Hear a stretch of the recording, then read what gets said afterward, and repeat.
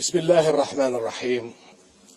In the name of God, the compassionate, the merciful, Madam President, honorable members, Your Excellencies, thank you all, and it is an honor, as always, to be here to address the European Parliament.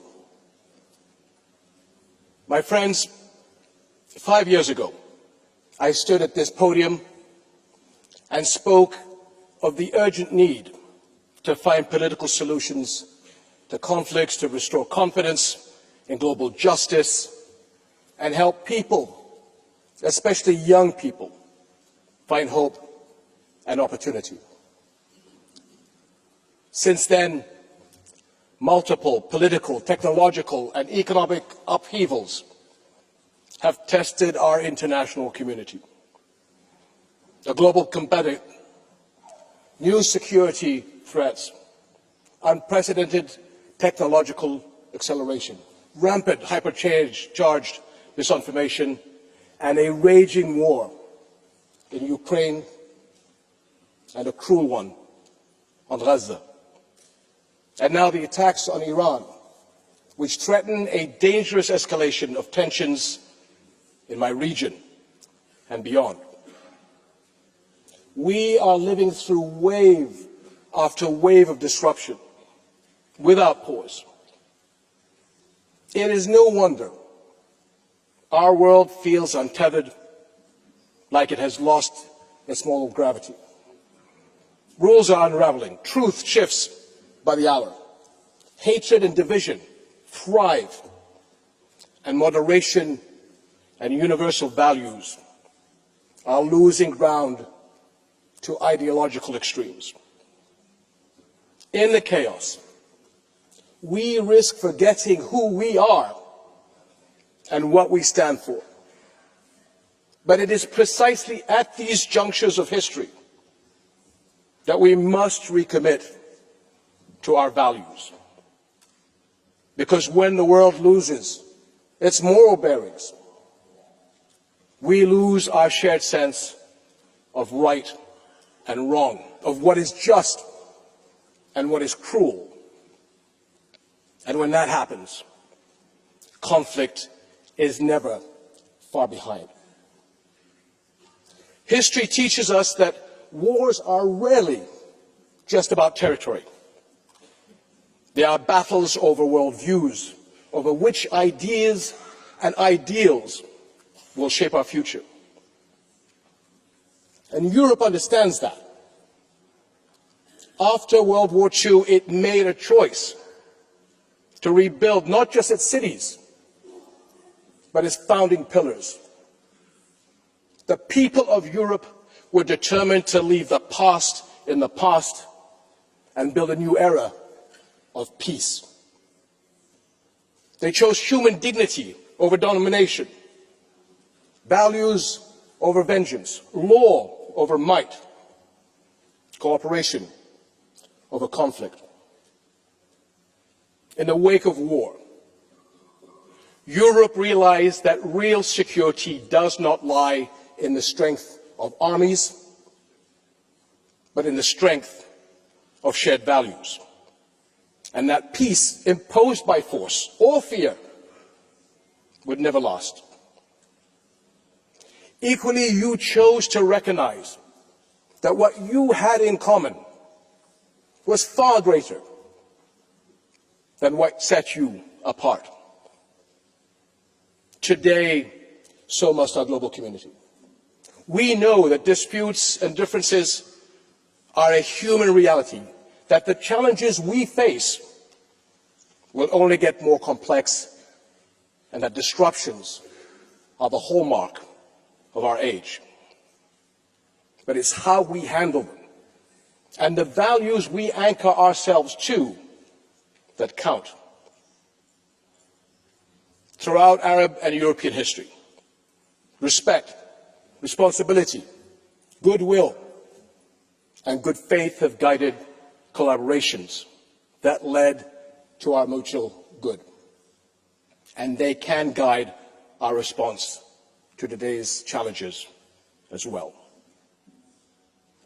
Speaking from this podium, and many others in the last 2 decades, I have sought to shed light on the values we share, many rooted in our different faiths, Islam, Christianity, Judaism.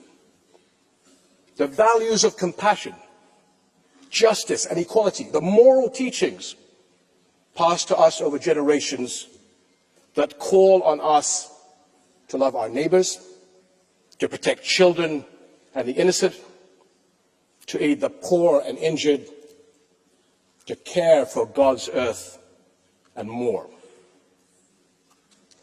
In Jordan, our firm belief in these common values, grounded in our history and heritage, drives our national principles of tolerance and mutual respect.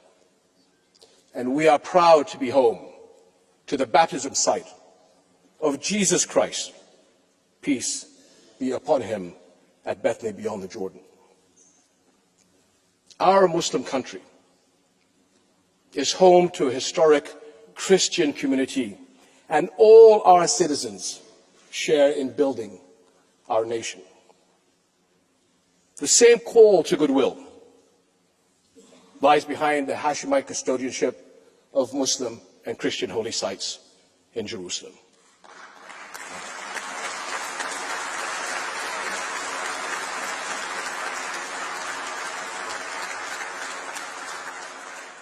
Whose historical and multi-religious identity we have vowed to protect from attack. Indeed, our commitment echoes a promise to the people of Jerusalem made many centuries ago. The Pact of Omar ordered Muslims to respect and protect the city's churches and not harm a priest, nor kill a child, woman, or elder.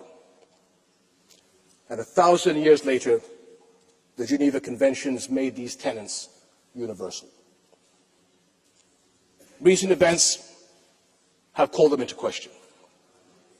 But we must ensure that these values and principles stand the tests of time and turmoil.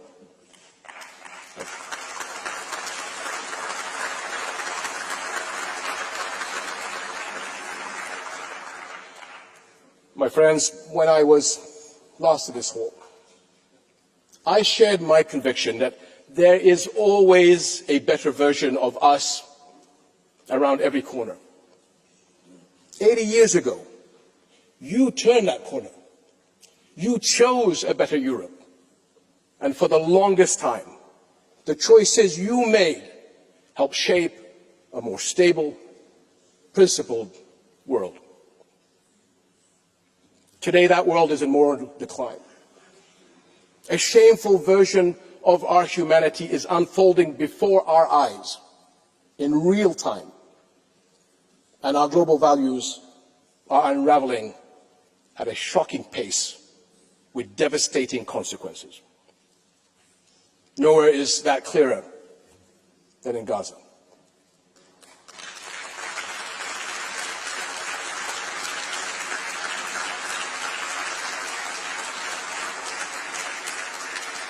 A place where the world has stood at countless corners, each an opportunity to become something better. And time after time, it failed to do so. Think back to 2023, the first Israeli attacks and raids on a hospital in Gaza. This sparked global shock and outrage. Since then, the World Health Organization has documented nearly 700 attacks on Gaza's healthcare facilities. How is it that what was considered an atrocity just 20 months ago is now so commonplace it barely registers? What version of our humanity allows the unthinkable to become routine, permits weaponizing famine against children, normalizes the targeting of health workers, journalists and civilians seeking refuge in camps? 20 months. That should alarm us all.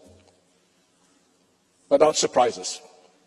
Because when our global community fails to bridge the gap between principle and action, when values are not practiced, they become performative, abstract, and expendable.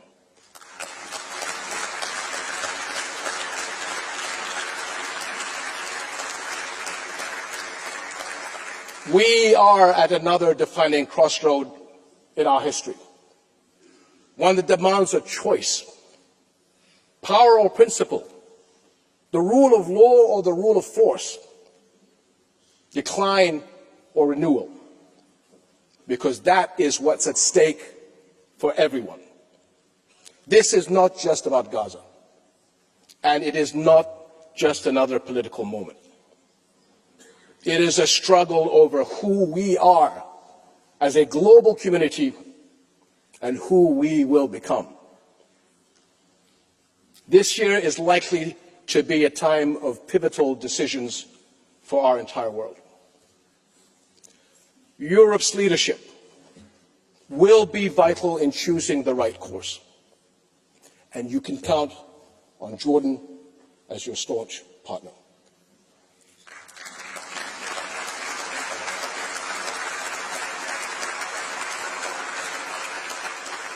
There are two essential areas for action. First is supporting development, because a thriving Middle East creates opportunities that benefit us all. But as we have seen time and again, that reality cuts both ways. When hope is diminished, the consequences ripple across borders. Second is strong, coordinated action to ensure global security. Our mutual security won't be assured until our global community acts not only to end the 3-year war in Ukraine, but also the world's longest and most destructive flashpoint, the 8-decade-long Palestinian-Israeli conflict.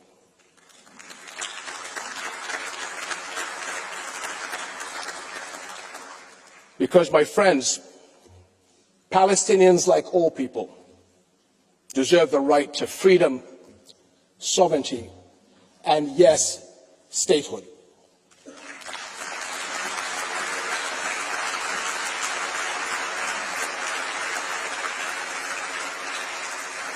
What is happening in Gaza today defies international law, moral standards, and our common values. And we are witnessing transgression after transgression in the West Bank, with the situation worsening by the day.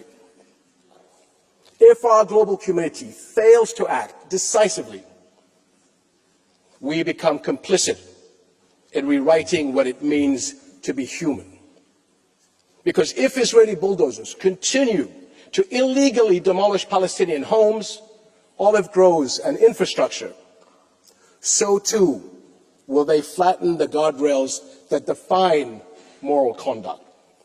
And now, with Israel's expansion of its offensive to include Iran, there is no telling where the boundaries of this battleground will end. And that, my friends, is a threat to people everywhere.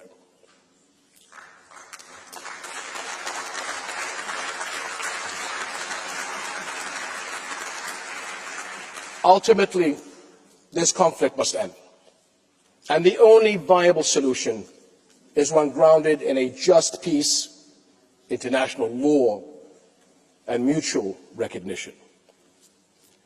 And my friends, the path to our better selves cannot be paved by technological advancements, scientific breakthroughs, or political triumphs alone.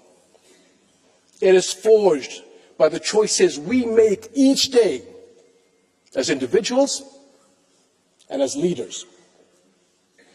The path to peace has been walked before.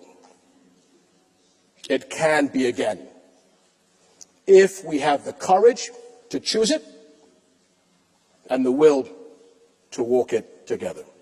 Thank you.